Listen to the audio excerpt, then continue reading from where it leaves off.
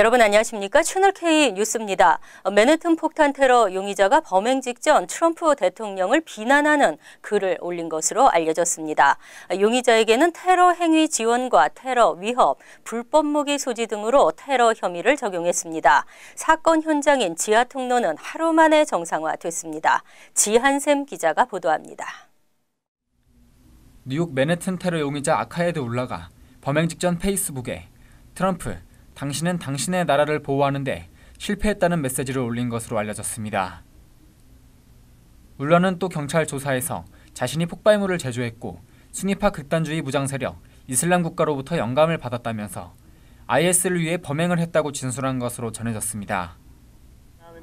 뉴욕 경찰은 울라에 대해 테러 관련 혐의를 적용했다고 밝혔습니다. 적용된 테러 관련 혐의는 테러 행위 지원과 테러 위협, 불법 무기 소지 등입니다. 울라는 범행 동기와 관련, 이라크와 시리아 등에서 미국의 IS 공습에 대한 보복 주장과 함께 크리스마스 포스터를 보고 지난해 12명이 희생된 베를린 크리스마스 테러가 떠올랐다는 진술 등을 경찰에 한 것으로 전해졌습니다. 범행이 발생했던 포토 오소리티 타임스퀘어 지하 통로는 하루 만에 사람들의 통행을 허용, 정상화됐습니다. 한편 울라의 가족들은 미 이슬람 협의회를 통해 낸 성명에서 울라의 공격 행위는 물론 우리 가족들에 대해 제기되고 있는 주장들에 대해 가슴이 아프다고 밝혔습니다.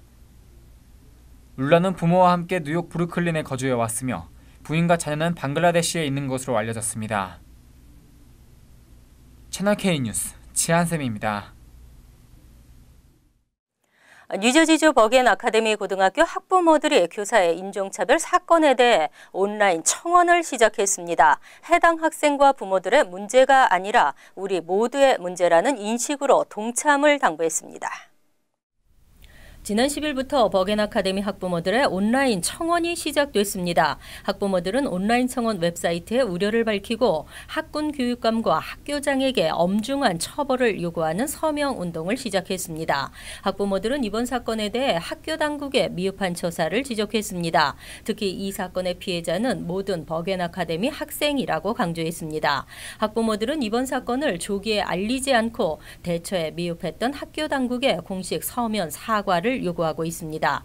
또 교육위원회 차원의 적절한 조치가 나올 때까지 해당 교사를 정직 처분할 것과 교직원 및 전교생을 대상으로 재발 방지 교육을 실시할 것을 촉구했습니다. 11일 오후 9시 현재까지 1,100여 명이 청원에 동참한 것으로 나타났습니다. 학생과 학부모, 한인단체 관계자들은 오늘 열린 학군교육위원회 정기 미팅에서 이 사건에 대한 교육위원회의 입장을 묻고 철저한 조사를 촉구했습니다.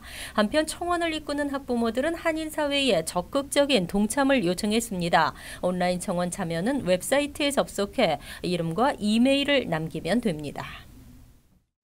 인구 센서스 10분 설문에 참여하고 10년 혜택을 받으라는 말이 있는데요. 그런데 어떤 질문은 어떻게 대답해야 할지 적절한 대답을 찾을 수 없는 경우가 있습니다. 그레이스 맹 연방 하원 의원이 질문 수정을 요구하고 나섰습니다. 11일 맹 의원은 연방예산관리위원회 국장에게 보낸 서한에서 연방센서스국은 2018년 3월 31일까지 2020년 인구조사에 사용할 질문지를 작성해 연방의회에 제출해야 한다고 요청했습니다. 맹 의원은 시간이 얼마 남지 않았다며 조속히 인종과 민족을 통합하는 기준을 제정하라고 촉구했습니다. 지난 1997년 연방 가이드라인에 따라 제작된 센서스 질문지에서 히스패닉은 민족으로만 분류되고 기존의 5가지 인종, 백인, 흑인, 아시안, 아메리칸 인디언, 원주민에는 포함되지 않았습니다. 이 때문에 히스패닉의 절반은 지난 2010년 인구조사에서 자신을 백인종이라고 답했습니다. 그리고 나머지는 마땅한 분류를 찾지 못해 기타 인종에 속한다고 답했습니다. 결과 미국에서 기타 인종은 3번째로 많은 인종이 됐습니다. 맹 의원은 인종과 민족에 관한 질문을 하나로 통합해 보다 안정적이고 정확한 결과를 도출해야 한다고 한다고 주장했습니다. 한편 지난 2010년 센서스 질문지 한국어 번역본은 번역상의 오류가 한인들에게 많은 혼란을 초래했습니다. 한국어 번역도 보다 정확하고 신뢰할 수 있으며 이해가 쉽도록 해야 할 것이 요구되고 있습니다. 현재 영주권 갱신 서류 작성은 온라인에서도 가능하지만 시민권 신청은 종이 서류를 보내야 했습니다. 이제 시민권 신청서 N400 양식도 온라인 접수가 가능해졌습니다. 11일 USCIS는 연방이민서비스국 홈페이지를 통해 앞으로 시민권 신청서를 온라인으로 접수할 수 있게 됐다고 발표했습니다. 온라인에서 신청 서류를 작성해 증빙 자료를 첨부하고 수수료까지 결제할 수 있습니다. 이민당국은 그간 모든 이민 서류 접수를 온라인으로 처리하는 전자이민 통합 시스템 구축을 위해 노력해 왔습니다. 하지만 완전한 전자이민 통합 시스템을 구축하지 못하고 일부 이민 서류에 극히 제한적으로 적용하고 있는 실정입니다. USCIS가 초기에 도입했던 I-140, I-765, I-821 등도 현재 온라인 접수가 중단된 상태입니다. 시민권 신청을 온라인으로 하려는 영주권자는 이민권 웹사이트에 접속해 먼저 어카운트를 개설하고 다음 N400 양식을 작성하면 됩니다. 온라인으로 증빙 자료를 업로드할 수 있고 수수료 $725를 온라인으로 납부할 수 있습니다. 신청서를 작성하다 완성하지 못한 경우 저장이 가능하고 또는 삭제도 가능합니다. 또 신청 서류를 접수하기 전 먼저 Naturalization Eligibility 툴을 통해 자신의 신청 자격 유무를 확인할 수 있습니다. 현재 온라인 이민 서류는 시민권 신청서 외 영주권 갱신 신청서 I-92 온라인으로 접수 처리되고 있습니다. 또 이민국에 접수한 자신의 케이스 상태를 확인할 때 온라인을 통해 할 수 있습니다. 뉴욕시가 저소득층의 첫 주택 구입을 돕고 저소득 주택 소유주들에게는 수리 비용을 지원합니다. 공정한 기회를 제공하겠다는 시정부 정책의 일환입니다. 11일 빌 드블라지오 뉴욕시장은 뉴욕시의 하우징 2.0 프로젝트의 일환으로 오픈도어 정책과 홈픽스 프로그램을 시행한다고 발표했습니다. 시정부는 2026년까지 모두 2,100가구에게 혜택을 제공할 계획입니다. 오픈도어는 첫 주택 구입을 원하는 중산층 가구들을 지원하는 정책으로 코압이나 콘도 개발사가 첫 주택 구입을 원하는 연소득 6만 9천에서 11만 2천 달러의 중산층 가구에게 주택을 저렴하게 제공할 경우 인센티브를 제공합니다. 매년 200가구씩 오는 2026년까지 1,300가구의 중산층에게 저렴한 첫 주택 구입에 혜택을 제공한다는 계획입니다. 홈픽스는 주택을 수리하려 해도 자금이 여의치 않아 노후화된 주택을 소유한 저소득층을 대상으로 저금리로 수리 비용을 대출해주는 프로그램입니다. 매년 100가구씩 2026년까지 800가구에게 지원합니다. 뉴욕시는 서민들의 아메리칸 드림을 이루기 위한 지원을 계속해 나가겠다고 밝혔습니다. 뉴욕시의 하우징 뉴욕 2.0 프로젝트는 최근 높은 렌트비를 감당하지 못해 홈리스로 전락하는 경우가 늘면서 저렴한 서민 임대 아파트를 확보하는 것입니다. 당초 20만 가구에서 10만 가구를 늘려 2026년까지 30만 가구 서민 아파트를 확보해 렌트비 상승을 막고 공급 안정으로 서민의 주거권을 보호하는 정책입니다. 정부의 부실 운영으로 새는 돈이 많습니다. 뉴욕시 정부가 노인 재산세 감면 프로그램을 잘못 운영해 수년간 6천만여 달러의 손실을 초래한 것으로 드러났습니다.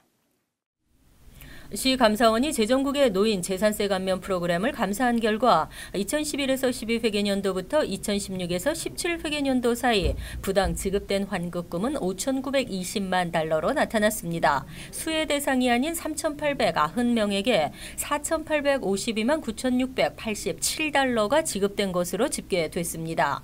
노인 재산세 감면 프로그램은 주택 및 콘도미니엄, 코압 등을 소유한 연소득 58,399달러 미만의 65세 이상 주택 소유주에게 최소 5%에서 최대 50%까지 재산세를 감면해주는 프로그램입니다.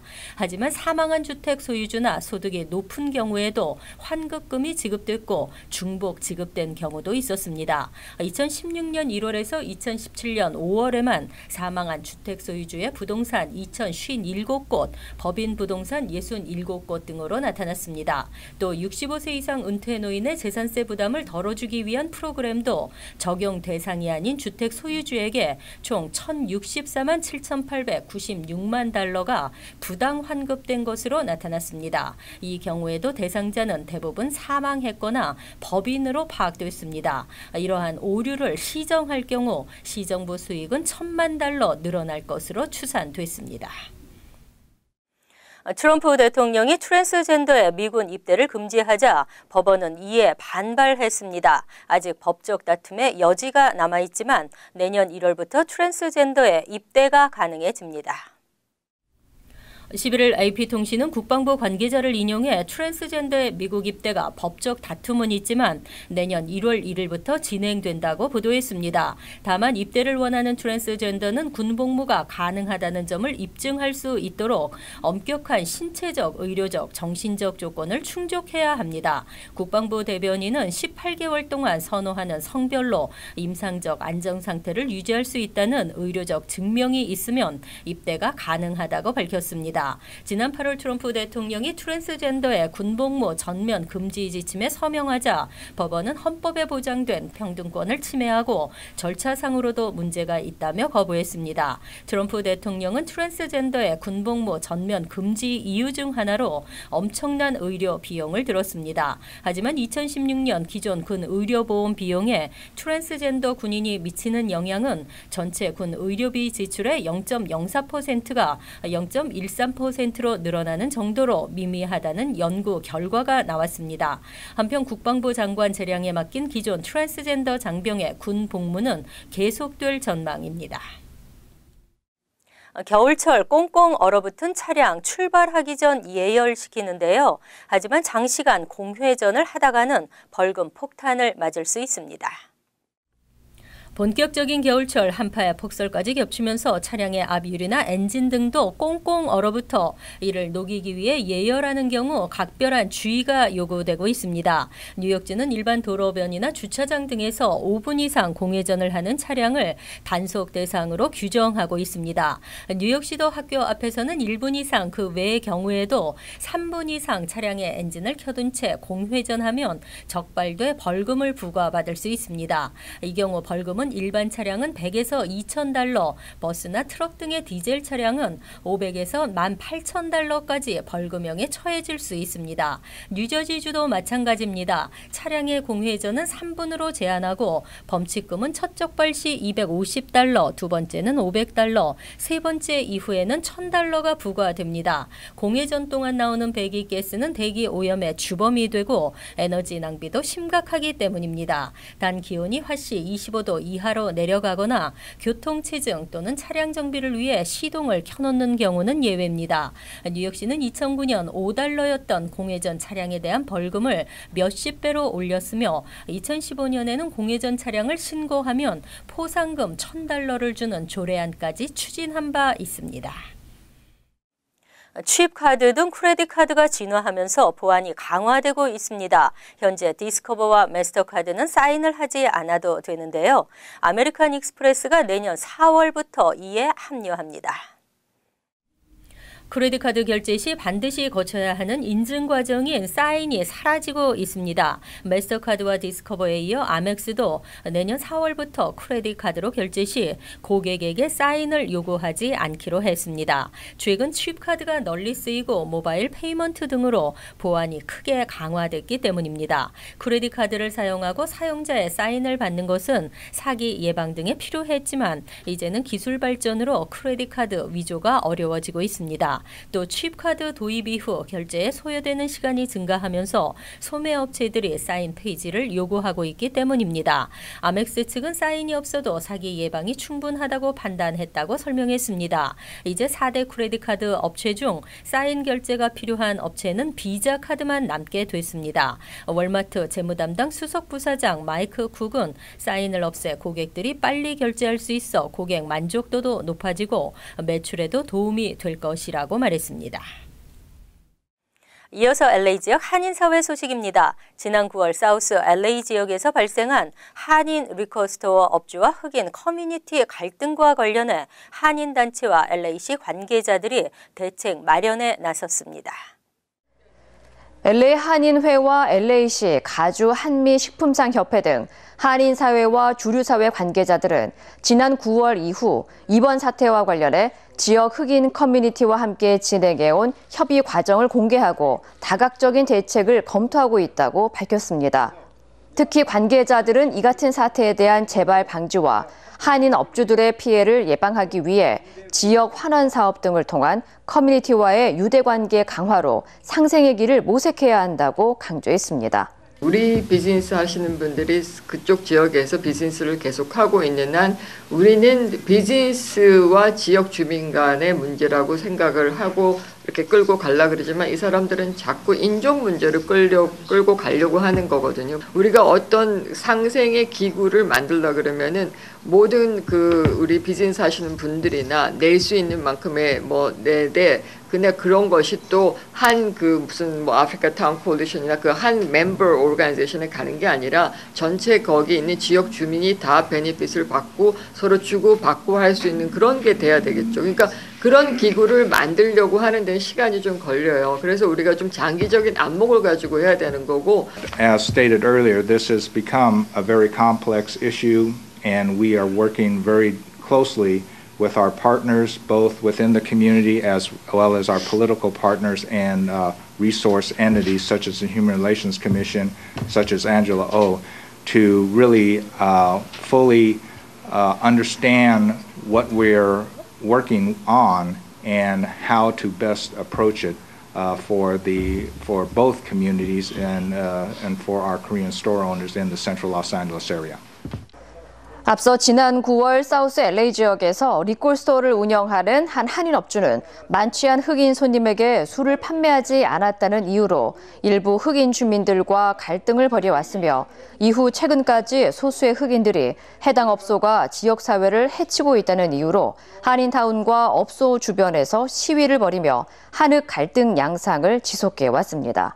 한편 한인단체 관계자들은 오는 14일 LA시청에서 시 관계자들과 함께 관련 문제에 대한 전략회의를 개최할 예정입니다.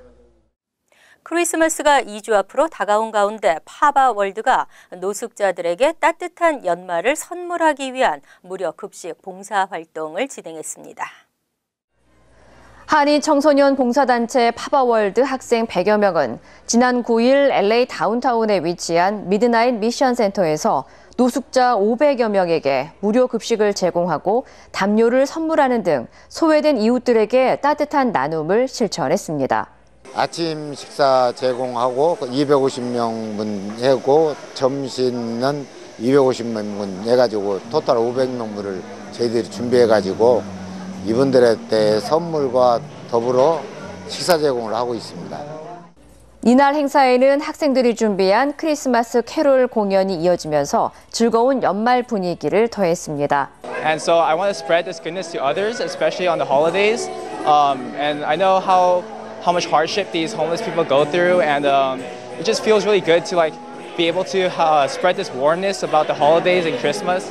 처음에는 막 홈레스들이 무섭고 막 다가가기 어려웠는데 3년 동안 막 밥도 주고 제공해주고 그러니까 더 친근해진 것 같고 이렇게 어려운 분들을 위해서 음식을 나눔으로써 조금이라도 도움이 될 수 있어서 뭔가 뿌듯하고 한편 명원식 파바월드 회장은 이 같은 봉사활동을 통해 학생들이 소외된 이웃들과 함께 더불어 살아가는 방법을 직접 체험할 수 있는 기회가 될 것으로 기대했습니다. 간추린 소식입니다. 온라인 사전 메리엄 웹스터는 2017 올해의 단어로 성평등주의, 여성 신장 운동을 뜻하는 페미니즘을 선정했습니다. 페미니즘은 정치, 경제, 사회적인 성평등 이론 또는 여성의 권리, 이익을 지지하는 조직화한 활동을 말하는 것으로 최근 미투 캠페인이 번지면서 주목받는 단어가 됐습니다.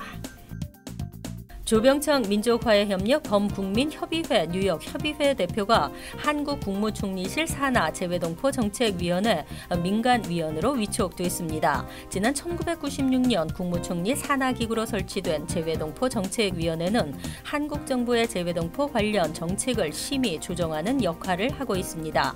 조 위원은 뉴욕 한인회장, 뉴욕 한인 경제인 협회장 등을 역임했습니다. 뉴욕시 의회는 건물주가 세입자에게 시민권을 요구하거나 인종 등의 이유로 횡포를 일삼을 경우 처벌을 강화하는 내용의 조례안을 통과시켰습니다. 뉴욕시 피토크 의원이 발의한 조례안은 건물주가 인종, 출신 국가 등의 이유로 세입자를 차별하거나 세입자가 주정부가 발행한 합법적 신분증을 제시했음에도 불구하고 시민권자임을 확인하려다 적발된 경우에 최대 $10,000의 벌금이 부과됩니다.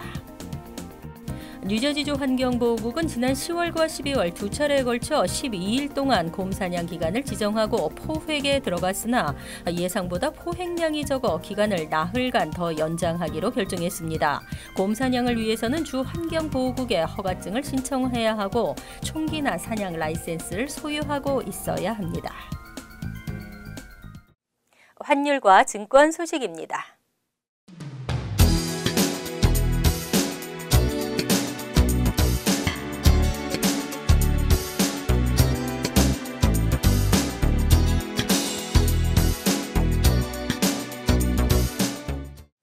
이어서 날씨입니다. 수요일부터 영하권의 날씨가 이어집니다. 수요일은 간간히 구름이 끼는 대체로 맑은 날씨지만 바람이 불어 춥겠습니다. 낮 최고 기온은 32도, 섭씨 0도, 밤 최저 기온은 27도, 섭씨 영하 3도로 예상됩니다. 목요일은 오전 중 소낙눈이 내리겠고 간간히 맑겠습니다. 금요일은 대체로 흐린 날씨에 추위가 이어지겠습니다. 이상으로 채널K 뉴스를 마칩니다. 채널K와 함께 편안한 하루 되시기 바랍니다.